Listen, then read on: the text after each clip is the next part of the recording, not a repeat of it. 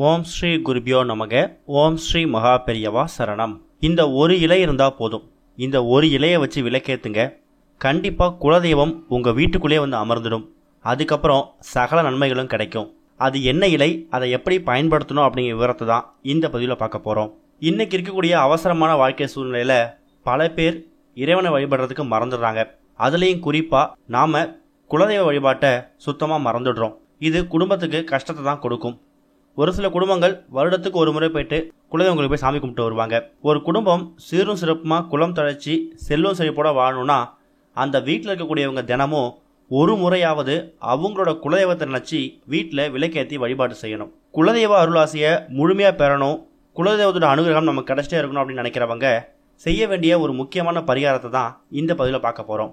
இன்னும் சில பேர் குலதெய்வத்தை மறந்துடுறாங்க, குலதெய்வத்தை கட்டி போட்டுடுறாங்க. அப்படி இருக்கக்கூடியவங்களும் இந்த ஒரு வழிபாட்டு முறையை பயன்படுத்தி மறுபடியும் நீங்கள் குலதெய்வத்தோட அருளை பெற முடியும். இந்த ஒரு பரிகாரத்தை செய்யறதுக்கு உங்களுக்கு தேவையான பொருள் என்னன்னு கேட்டிங்கன்னா ஒரு இலை. அது என்ன இலைனா மரிக்கொழுந்து இலை. இந்த மரிக்கொழுந்து இலை அப்படிங்கிறது பூ மார்க்கெட்டில் கிடைக்கும். பூக்கள் நிறையா வைக்கிறவங்களும் பூ வியாபாரம் பண்ணுறவங்கள்ட்டையும் கேட்டிங்கன்னா அவங்க மரிக்கொழுந்து தயார் பண்ணி கொடுப்பாங்க. அதுக்கப்புறமா தேங்காய் எண்ணெய். மரிக்கொழுந்தை பொறுத்த வரைக்கும் அது ஒரு வாசனை மூலிகை. இந்த ஒரு வாசத்துக்கு எந்த தெய்வமும் வசியமாகும். மரிக்கொழுந்தை எடுத்து ஒரு கல்லை வச்சு நல்லா நசுக்கி அரைச்சிக்கணும்.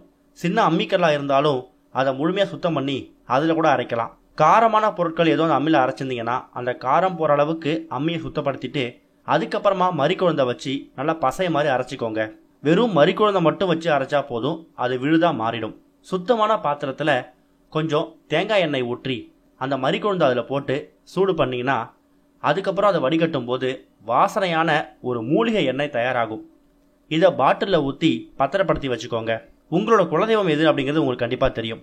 உங்கள் குலதெய்வம் உங்கள் வீடு பக்கத்தில் இருக்குது அப்படின்னா வாரந்தோறும் செவ்வாய் அப்புறம் வெள்ளிக்கிழமைகளில் இப்போ தயார் பண்ணிக்கக்கூடிய இந்த எண்ணெயை கொண்டு போய் அகல் விளக்கில் ஊற்றி திரி போட்டு தீபம் ஏற்றி குலதெய்வ கோவிலில் வச்சுட்டு என்ன வேண்டுதல் செஞ்சாலும் அது கண்டிப்பாக நடக்கும், உடனே பலிக்கும்.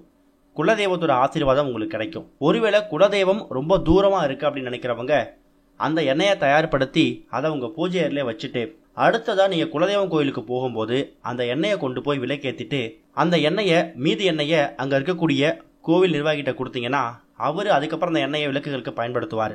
ஒரு விளக்கு, 2 விளக்கு, 6 விளக்குன்னு நீங்கள் குலதெய்வம் கோயிலுக்கு போகும்போது எத்தனை விளக்கு வேணால் ஏற்றலாம். ஒரு சில பேருக்கு குலதெய்வம் தெரியாது. அவங்க குலதெய்வத்தை மனசால் நினச்சிக்கிட்டு ஒரு மண் அகல் விளக்கில் இந்த எண்ணெயை ஊற்றி எங்களுக்கு எங்கள் குடும்பத்தோட குலதெய்வம் எதுன்னு தெரியல, சீக்கிரமாக யார் ரூபத்திலேயாவது எங்களோட குலதெய்வம் எங்களுக்கு தெரியணும்னு பிரார்த்தனை பண்ணீங்கன்னா கூடிய சீக்கிரம் குலதெய்வம் தெரியாத உங்கள் குலதெய்வத்தை நீங்கள் தெரிஞ்சுக்க முடியும்.